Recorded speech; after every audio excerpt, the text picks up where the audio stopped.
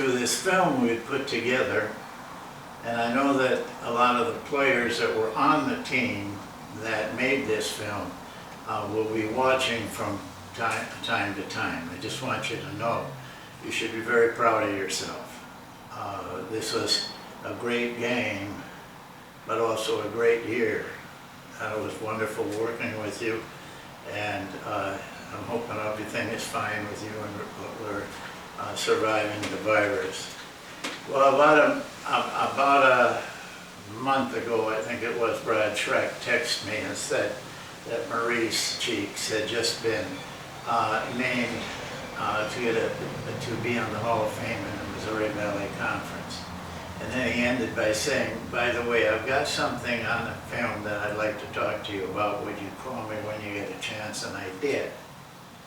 And what he had is our game with Louisville. It was a monster of a game on January 3rd, 1976.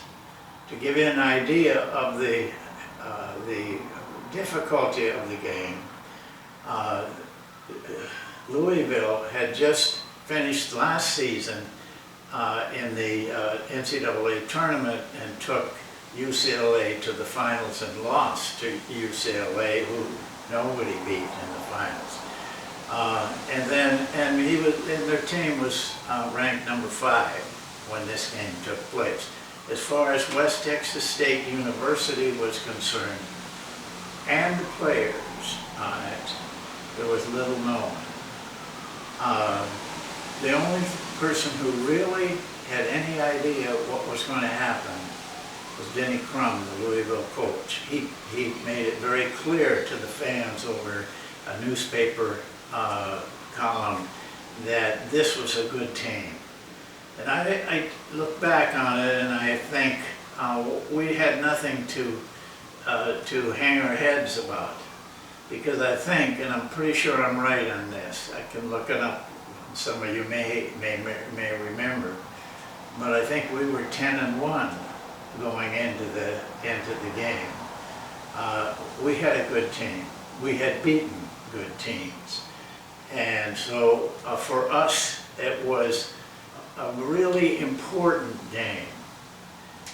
We had the benefit of a large crowd. We were playing at Louisville, but even they took it lightly because normally they were getting 18,000, 19,000, and for us they got 13,000. But Brad finally sent it to me, and I have to admit that for about an hour I just could watch nothing else. Nothing else mattered in my life. I was shocked at how fine a team this really was, and how well they played in their poise. Their poise, as you watch them play, their poise was just amazing. The fact that we were on the road, the fans were against us. No one knew us. We were just an entity out there. But if you watch the play, it really stood out that they had confidence. They believed in themselves. If no one else did, they believed in themselves. And they played with poise, and they played with discipline. You'll see it. You can't miss it in this film, which is not a good film, but the game, watching the game, is very, very good. You know, we came into that season in kind of an odd way. I had made a decision, and it was a decision that carried a lot of risk with it. I had changed our offense, and I built an offense of freelance. We had no plays on this team all year long. We never ran a play, except out-of-bounds plays once in a while. But once we were on the floor, we did not run plays. And freelance is very difficult. it works well, but it's very difficult if you're not disciplined and you are not skilled in what the offense demands of you. Secondly, the defense that we used that night, and we used always, we had no name for it. We had no name for our offense, but the name of the defense began to take hold maybe 15, 20 years down the road. And they gave it a name. It was a big-time coach in a big game that gave it a name. He called it the ball line defense. No name for the offense. It was strictly freelance. The players did what they wanted to do. But we had rules. And in this game, they followed those rules meticulously. I couldn't count an error on either the defense or the offense. It amazed me. I was enthralled by the film.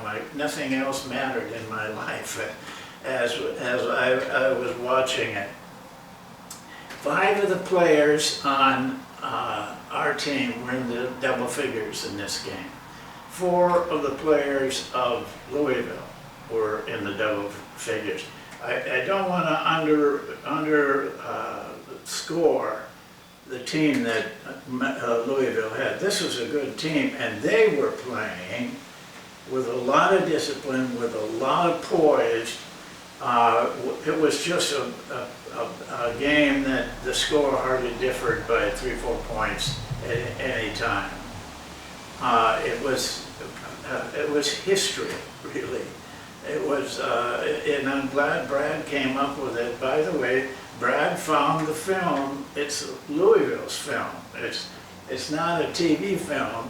It's Louisville's game films. And he had a friend that could help him, and he got the film.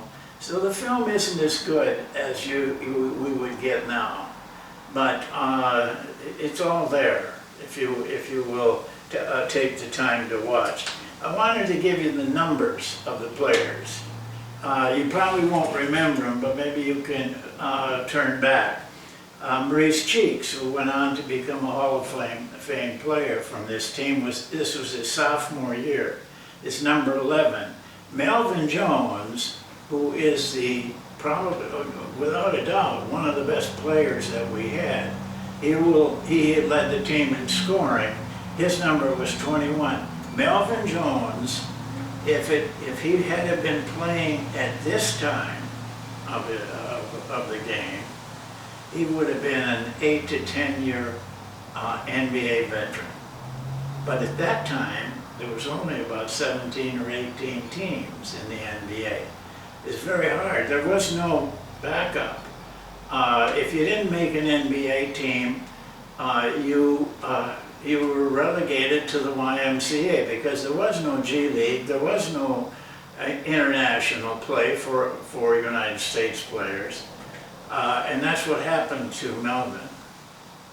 He would be a wonderful player in today's basketball. Number 53 was Dallas Smith, the 6'8" center, who did get drafted by the Bulls and could have made it had he not had a knee injury. He's an unusual 6'8" player. By the way, he was the guy that when we did our 40-yard dashes, he always won it. He beat Melvin and beat Maurice. Maurice used to come in third. Eugene Smith, who none of us can keep track of now. We don't know what happened to Eugene, but he was a heck of a player for us. About a 6'4" forward, jumped, run, and learned how to shoot, and was an all-conference player his senior year. And then Brad Schreck, who got the film. You will have no trouble recognizing him. His number is 33. But in a period of our life when the racial situation is so hot and there's so much, the massive people going and into cities, and I mean, it's a very big item. But it was also a big item when this game was played. The black players in sports, but especially in college, did not get treated right. They needed basketball. Our players needed basketball. So it hurt me to think that now they could have had all kinds of opportunities if they had graduated, say, 8, 10 years later. So for them, I feel very badly. But on our team, I don't feel badly, because I think we treated our players as well as we could. We didn't have a lot of money. And so we treated them the best that we could. But they treated us with loyalty, with respect, with anything you could ask from a group of players. Those are the 5 that were in the double figures. Cheeks, Jones, and Dallas were drafted. Very unusual for a team from West Texas State. Louisville in this film had 4 guys that were drafted. This was not a game where you had just so-so players. These were great players and playing at their very best. You'll see that. So I just wanted to make those comments because the film is a little rough, but it shows really 2 very, very good teams, and went on to be very good teams. Then I thank Denny Crum, the Louisville coach, because after this game, he was so impressed that he got us in the rankings. I don't think we ever dreamt we'd be ranked by anybody, but we got him. We ended up getting ranked up to the 17th in the nation. All along, sometimes when I thought we were lucky, we weren't lucky. We deserved everything we got. We were a good team. The players, it was like having no troubles at all. Coaching was so easy. They had a lot of trouble with me, by the way, but I had no trouble with them. They were always there. They were always ready. They were just a great bunch of guys. I hope you watch it and enjoy it. You will see our offense and defense. You will see Louisville's. For coaches and players, it's a learning experience. This team believed in team play. I don't know where they got it from, but they really believed that if they played together and gave of themselves, they could win games, and they did. Enjoy it. Thank you.